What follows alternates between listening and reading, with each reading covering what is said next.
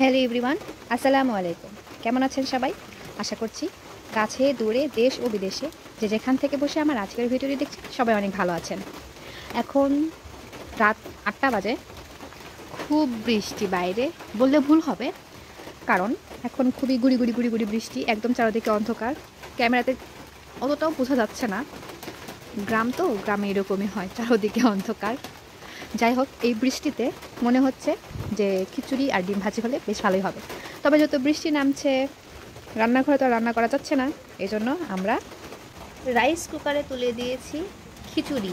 এইখানেই খিচুড়ি রান্না করা হবে আর এইখানেই ডিম ভাজি করা হবে, সেটা আপনাদের সাথে আমি শেয়ার করব। এখনও যারা রাইস কুকারে ডিম ভাজি করতে পারছেন না তাদের জন্য আজকের টিপস থাকবে কিভাবে রাইস কুকারে ডিম ভাজি করবেন। তার আগে খিচুড়িটা হতে হবে, খিচুড়িটা হওয়ার জন্য আমাদেরকে অপেক্ষা করতে হবে।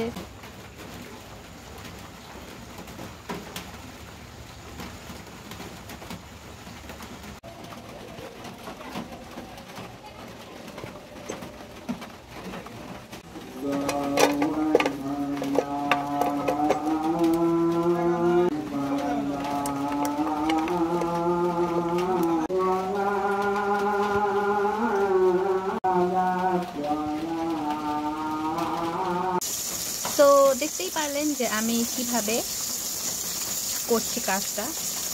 প্রথমে আপনাদেরকে এই রাইস কুকারের ভাতটা ঠিক রাখতে হবে। যদি পাতলা হয় তাহলে এটা উঠে আসবে, এখান থেকে সুইচটা ছেড়ে দেবে। এই জন্য এই পেঁয়াজ, কাঁচামরিচ এবং তেল দিয়ে একটুখানি ভেজে নিতেও হবে। যারা পেঁয়াজ এবং কাঁচামরিচের কাঁচা ফ্লেভারটা দূর করতে চান তাদের জন্য এই বুদ্ধি। ডিমটাকে ফেটে নিতে হবে আলাদা করে এবং কাঁচামরিচ পেঁয়াজ তেলে ভেজে নিতে হবে, যাতে করে কাঁচা পেঁয়াজের গন্ধটা ছেড়ে যায়। এখন আপনাদের প্রশ্ন হতে পারে যে কতক্ষণ ভাজবো? খুব একটা বেশিক্ষণ ভাজতে হবে না। যখন পেঁয়াজটা ভাজা হয়ে যাবে এবং নরম হয়ে আসবে, তখন অটোমেটিক্যালি আপনার এই রাইস কুকারের কুক থেকে ওয়ার্ম অপশনে চলে যাবে। ওই সময় বুঝতে পারবেন যে হয়ে গেছে। এখন আমাদের এই ডিমটাকে দিয়ে নেওয়ার পালা। চারোদিকে ছড়ে যাবে, সমস্যা নেই, এটাকে সেট করে আসছি। রাইস কুকারের কয়েল কিন্তু গরম আছে।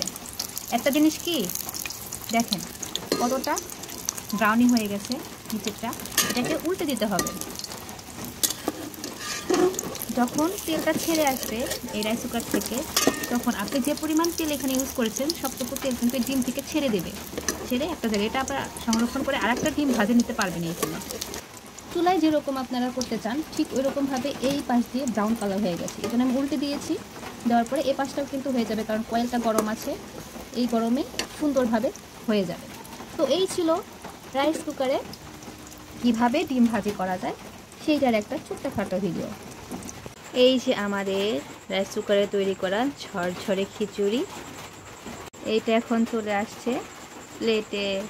যেহেতু ডিম ভাজি করলাম, খিচুড়ির সাথে ডিম ভাজি ভালোই জমে, সেই সাথে বাইরে গুড়ি গুড়ি বৃষ্টি হচ্ছে, টিনের চালের আওয়াজ শুনতে পাচ্ছেন। আমি কিন্তু খুব ভালো একটা স্মেল পাচ্ছি। এমনিতেই খিচুড়ি খেতে মজা, তার সাথে ডিম ভাজি, আলু ভর্তা বা যে কোনো টাইপের ভর্তা, আচার হলে সেটা কিন্তু আরও বেশি জমে যায়, তাই না? তো এই যে আমার ডিম ভাজি একটুখানি এদিক সেদিক হয়ে গেছে, খুলে খুলে গেছে, তাতে সমস্যা নেই, খেতে পারলে হলো, ঠিক না? কেমন ভালো জিনিস না এটা, বলেন তো? সো এই যে টানটানা সুন্দর ডিম ভাজি, তার সাথে এইখানে হালকা একটু পেঁয়াজ মরিচ ভাজা এখানে রেখে দিলাম, সাথে একটুখানি ডিম ছিল, ওটা আলাদা করে দিয়ে দিলাম। এখন আপনাদেরকে দেখেন যতটুকু পরিমাণ তেল আমি এখানে দিয়েছিলাম, দেখেন অতটুকু পরিমাণ তেল কিন্তু এখানে আছে। এটা দিয়ে আপনি আরেকটা ডিম ভাজি করে নিতে পারবেন। সো আজকের এই সিম্পল রেসিপি আপনাদের কাছে কেমন লাগলো?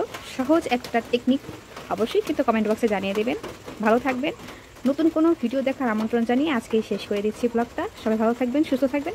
আল্লাহ হাফেজ।